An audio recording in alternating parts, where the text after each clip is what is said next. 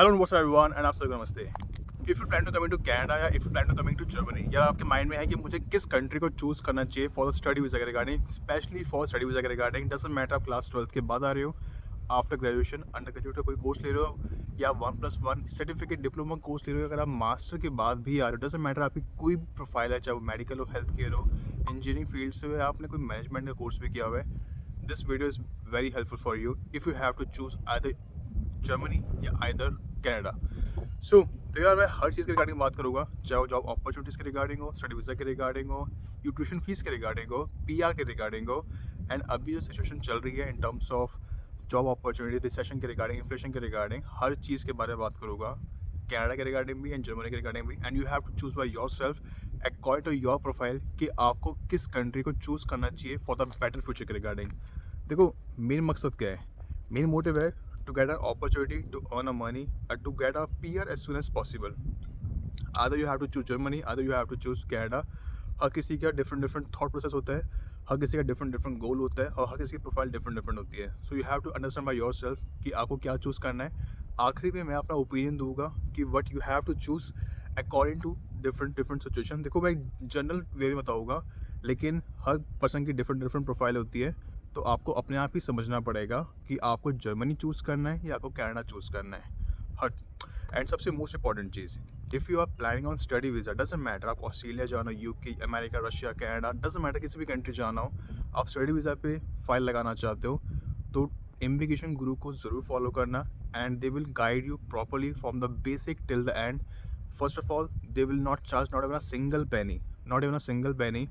आपकी क्वालिफिकेशन के एक्सपीरियंस में गैप भी है, अगर आपका क्वालिफिकेशन है, आपका एक्सपीरियंस नहीं है, डजंट मैटर कि कोई भी प्रोफाइल है, आपकी एज 30 से अबव है, 40 से अबव, 50 से अबव है, follow the immigration Guru.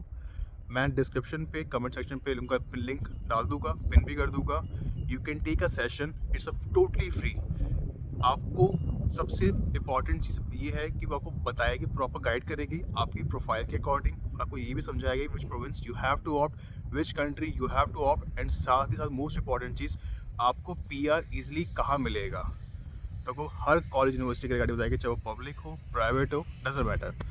So start कर दो वीडियो के रिगार्डिंग, एंड हर चीज़ के रिगार्डिंग बात करूँगा। If you new to my channel, you can subscribe, and if you need any kind of session like mini session 1-to-1, you can DM me on Instagram, or if you have any other question regarding anything related to the Canada or Germany, कुछ भी हो, आप मुझे comment section में pin कर सकते हो। I will definitely reply you. तो मैं जर्मनी के रिगार्डिंग बात करूँगा, एंड साथ ही साथ मैं कनाडा को भी कंपेयर करता रहूँगा हर चीज़ के रिगार्डिंग, चाहे ट्यूशन फीस के रिगार्डिंग हो, अपॉर्चुनिटीज़ के रिगार्डिंग, इन्फ्लेशन के रिगार्डिंग हो, या किसी भी फील्ड से रिलेटेड हो, और सबसे स्पेशली पीआर के रिगार्डिंग भी, चाहे वो, और मेन इंपॉर्टेंट चीज़ है कॉलेज यूनिवर्सिटी के रिगार्डिंग, चाहे वो प्राइवेट हो या पब्लिक हो। तो मैं पहले जर्मनी का बताऊँगा, एंड साथ में कंपेरिजन भी करता रहूँगा। एंड अगर आपके माइंड में कोई क्वेश्चन हो इसके अलावा, तो मुझे कमेंट सेक्शन में ज़रूर कमेंट करना, I will definitely reply you. तो देखो सबसे मोस्ट इंपॉर्टेंट चीज़ है जर्मनी के रिगार्डिंग। देखो जर्मनी का भी पीआर का पाथवे ईजी हो गया है। अगर आप 5 ईयर्स वहाँ पे लाइक 2 ईयर की भी स्टडी करते हो, आपको वहाँ पे पोस्ट ग्रेजुएट वर्क परमिट भी लेते हो, मीन्स आप वहाँ पे 5 ईयर्स स्टे करते हो, तो आप आराम से पीआर के लिए अप्लाई कर सकते हो। लेकिन कनाडा का पीआर थोड़ा इजी है as compare to Germany, but ये डिपेंड करता है कि आप किस प्रोविंस में जा रहे हो, आपका कौन सा कोर्स है, आपकी प्रोफाइल क्या है, आपका पास का एक्सपीरियंस क्या है। तो कनाडा में सीन क्या है कि हर प्रोविंस का अपना अपना पीएनपी भी होता है, प्रोविंशियल नॉमिनेशन प्रोग्राम। देखो दो तरीके से पीआर मिलता है, एक होता है एक्सप्रेस एंट्री में फाइल लगाना, और एक होता है पीएनपी में फाइल लगाना। अगर आप ऐसे प्रोविंस में ज़्यादा पीआर लगाना ईजी है, पीआर मिलना ईजी है, like Saskatchewan, Manitoba, Alberta province हो गया, यूकॉन प्रोविंस हो गया, न्यूनोवर्थ प्रोविंस हो गया, या अटलांटिक प्रोविंस में कोई और प्रोविंस हो गया, तो वहाँ पे पीआर मिलना ईजी है।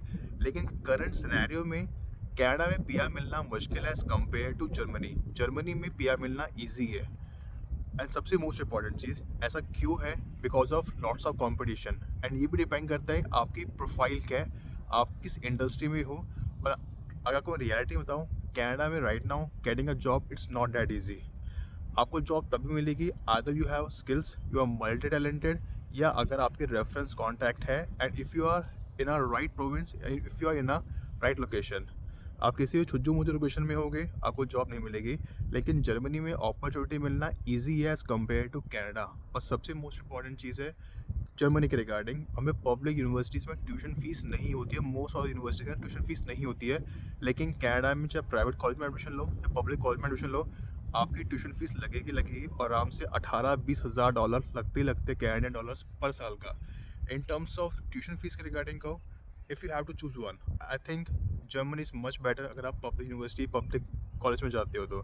लेकिन आप प्राइवेट कॉलेज में जाते हो तो आपको फ़ीस पे करनी पड़ेगी, और जो फ़ीस होती है वो 7,000 से 50,000 डॉलर के बीच में होती है, और आप 6 महीने की सेमेस्टर वाइज फ़ीस भी पे कर सकते हो। लेकिन कनाडा में सीन क्या होता है, यू हैव टू पे ईयरली।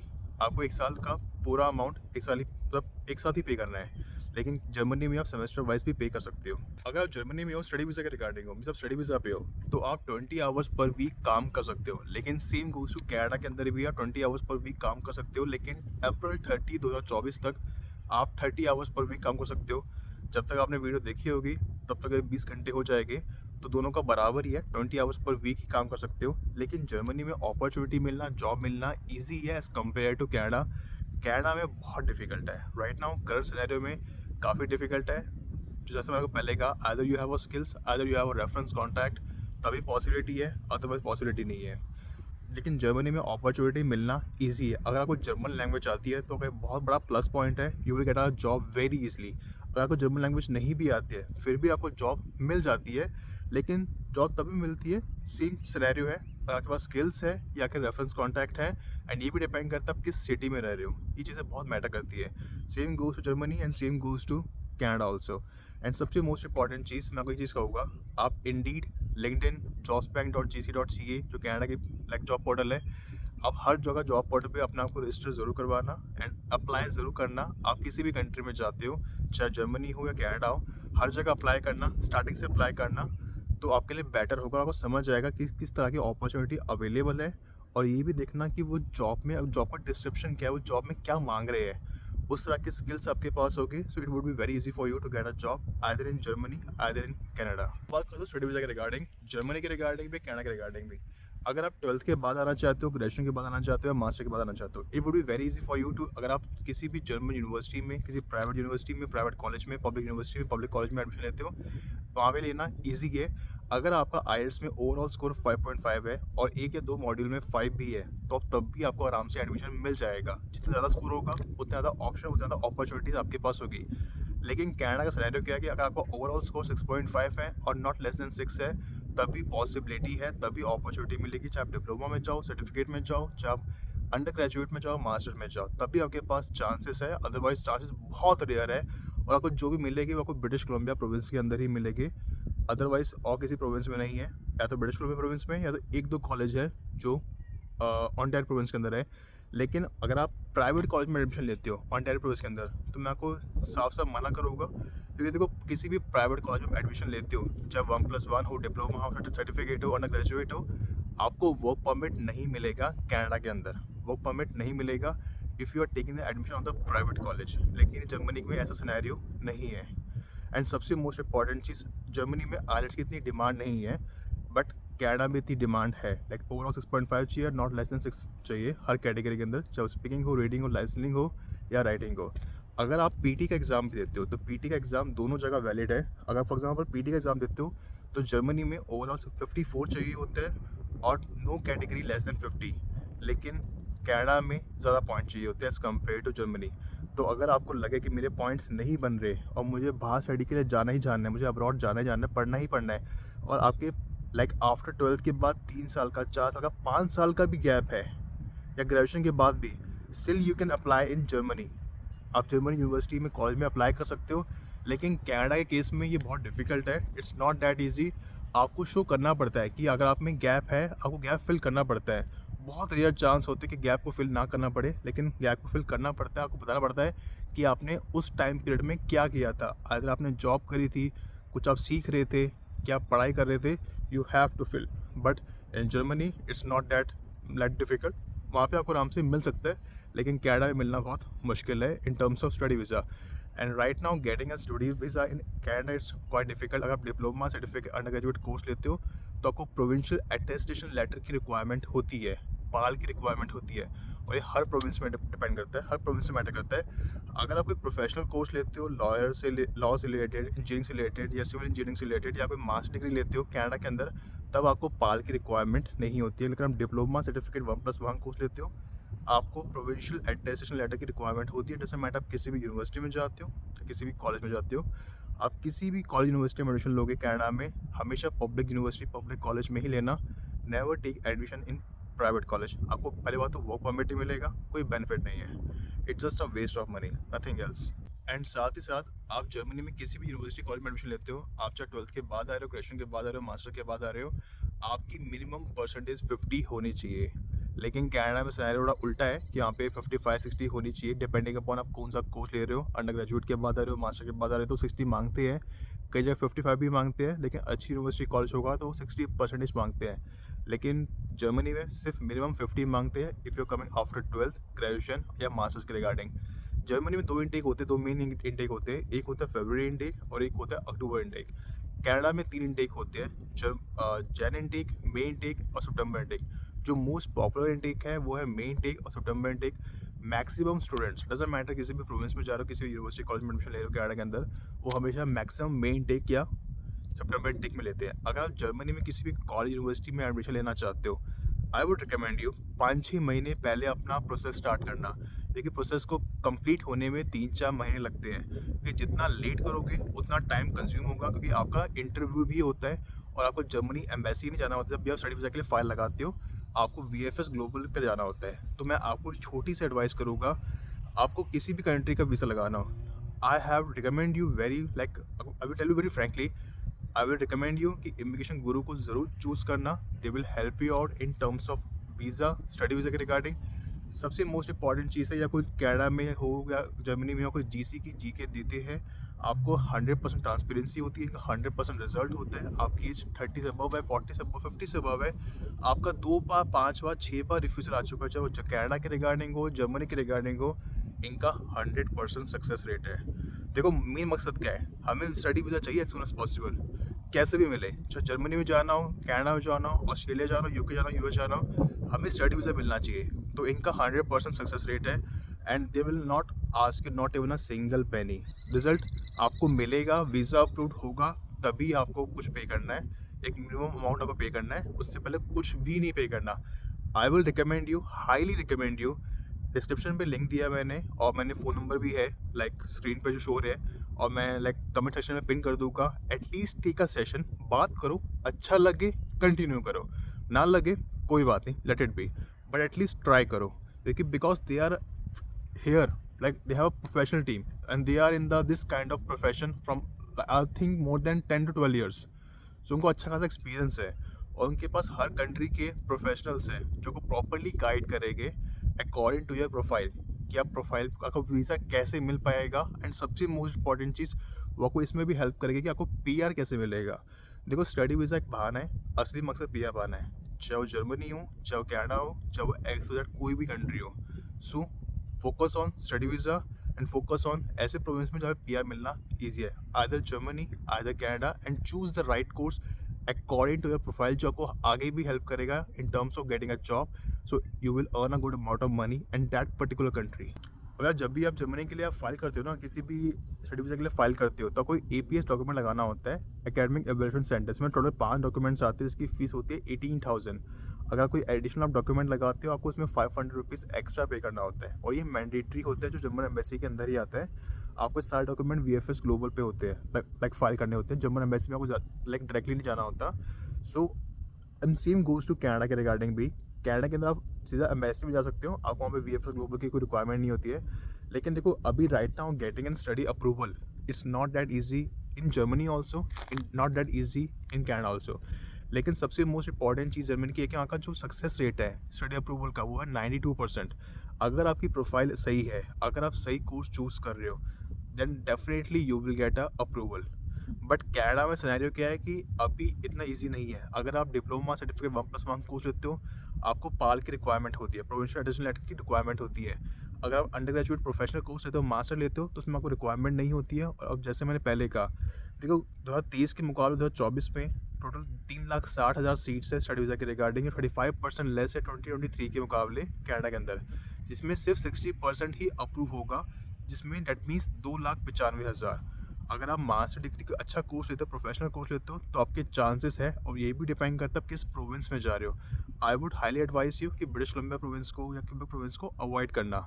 ऐसे प्रोविंस में जाओ जहाँ पे पीआर मिलना ईजी है।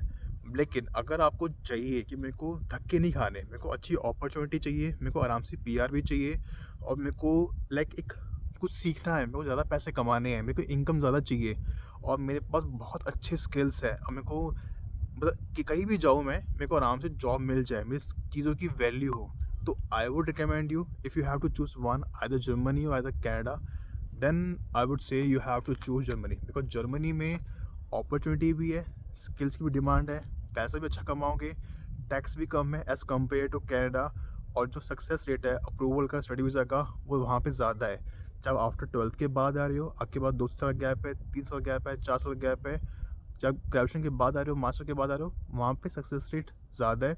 अगर आपकी प्रोफाइल सही है, आप सही कोर्स को चूज़ करते हो। लेकिन अगर आप कनाडा में सही कोर्स को भी चूज़ करते हो, तो कोई गारंटी नहीं है। It's all depend IRCC, it's all depend Canadian government, it's all depend the today scenario.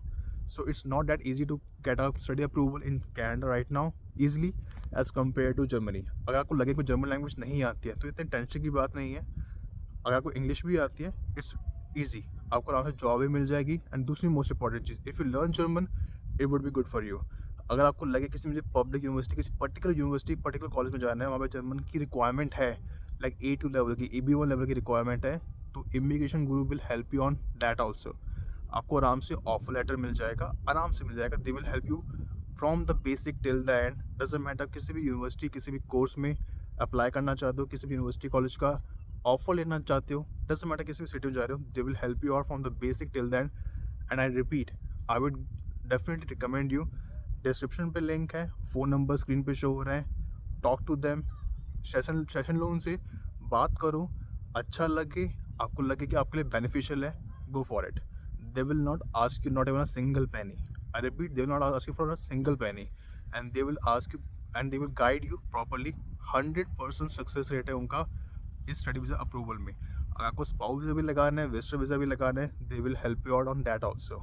So I would recommend, try once, अच्छा लगे कंटिन्यू करो, ना लगे लेट इट बी। एंड सबसे अच्छी बात है जर्मनी की कि वहाँ पे आपको ड्यूल सिटीजनशिप भी मिल सकती है। मीन्स अगर आप इंडियन हैं तो इंडियन पासपोर्ट भी रख सकते हो, जर्मनी का पासपोर्ट भी रख सकते हो। लेकिन कनाडा में ऐसा नहीं होता, you have to surrender your like home country passport. अगर आप फॉर एग्जाम्पल अगर मैं कनाडा की सिटीजनशिप लेता हूँ, तो मुझे अपना इंडियन पासपोर्ट छोड़ना पड़ेगा, लेकिन जर्मनी में ऐसा नहीं है।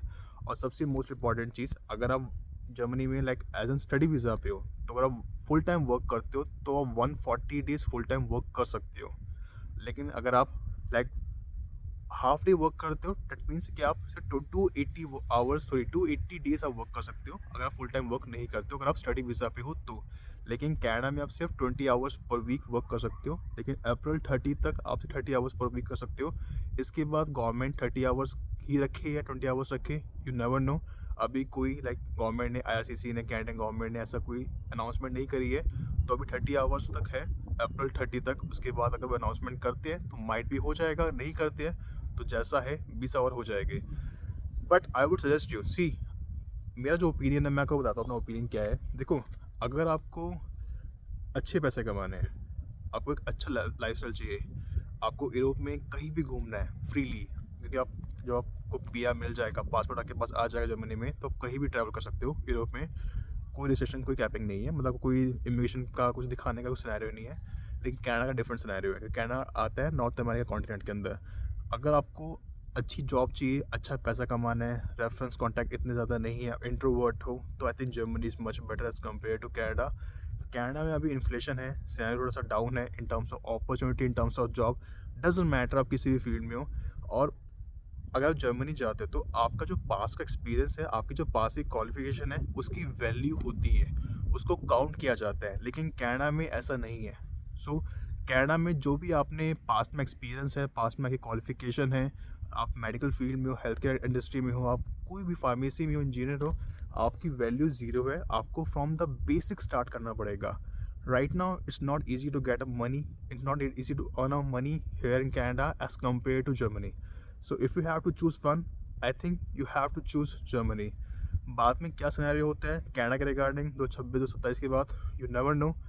It's all depend Canadian government, it's all depend IRCC उनके स्टेप्स के रिगार्डिंग। लेकिन जर्मनी में बहुत रिक्वायरमेंट है स्किल्ड लेबर की, चाहे वो हेल्थ केयर इंडस्ट्री से हो, सिविल इंजीनियर हो, या किसी कंस्ट्रक्शन फील्ड से रिलेटेड हो, चाहे वो फार्मेसी से रिलेटेड हो, डजेंट मैटर आपकी क्या भी फील्ड है, you will earn a good amount of money in Germany as compare to Canada. This is my opinion in 2024 and 2025 and 2026, but in Canada it's not that easy, it's not that easy, trust me।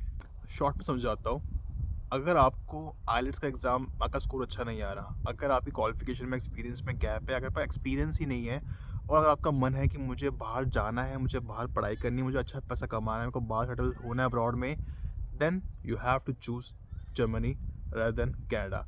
अगर आप चाहते हो कि मेरी जो qualification है, पास experience है, उसकी वैल्यू हो, उसको काउंट किया जाए, then you have to choose Germany as compare to Canada. And if you are able to learn new language, देखो लैंग्वेज सीखोगे it would be good for you. मेरे को 14 लैंग्वेज आती है, और जर्मन लैंग्वेज इतनी मुश्किल नहीं है, टाइम लगेगा। आप जर्मन जाओगे, जर्मन लोगों के बीच में रहोगे, उनसे बात करोगे, so it would be very easy for you to learn it. So basic सीख लो A1 लेवल तक, A2 लेवल तक। It's not that easy, it will take 2 or 3 months। अगर आप जितना हार्ड वर्क करोगे, you will earn and you will learn within 1.5 months also. It's depend person to person.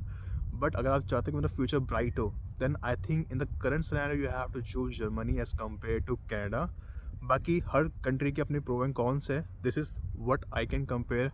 And if you need any kind of like guidance or any kind of session related to the study visa, visitor visa, spouse visa, comment section पे description में मैंने pin कर दिया है, immigration गुरु का link डाल दिया है, फ़ोन नंबर स्क्रीन पे शो हो रहा है। Directly contact them, talk to them and take a guidance, it's totally free. And अगर कुछ क्वेश्चन पूछ रहा हूँ मुझे किस चीज़ के regarding, you can comment in the comment section. तब तक के लिए good bye and have a great day.